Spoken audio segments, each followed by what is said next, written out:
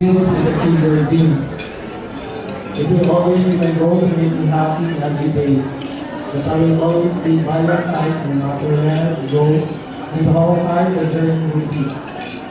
That I will accept defeat in arguments and let you win despite my good reasons.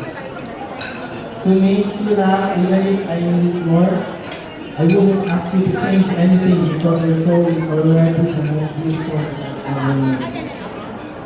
That I will not do anything that would make you sad. That I will constantly change myself for the best. That I will be faithful to you, and that you are the only one for the rest of my life. I promise to love you and love you more. And lastly, I will keep my promises to you.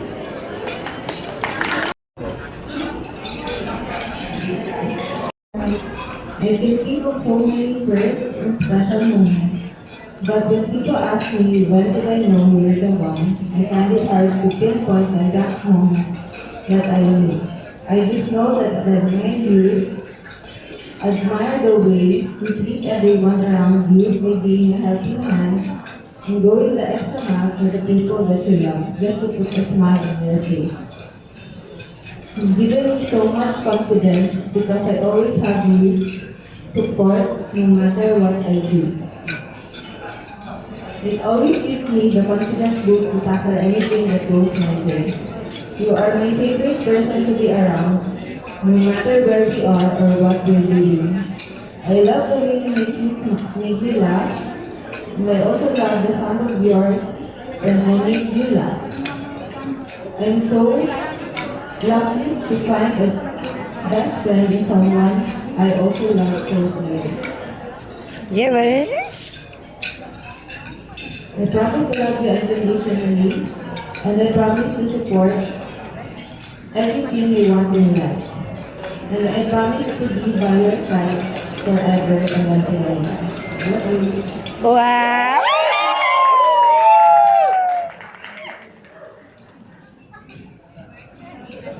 And now let us all witness the exchange of wedding rings.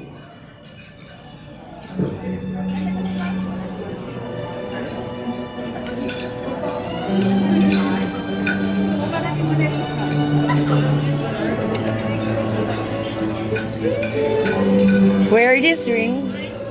Sign of my love.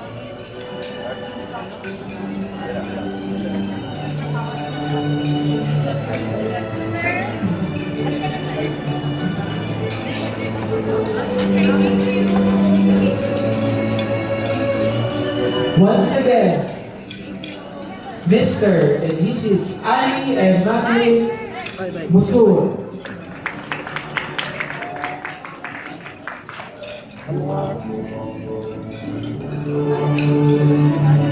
Okay,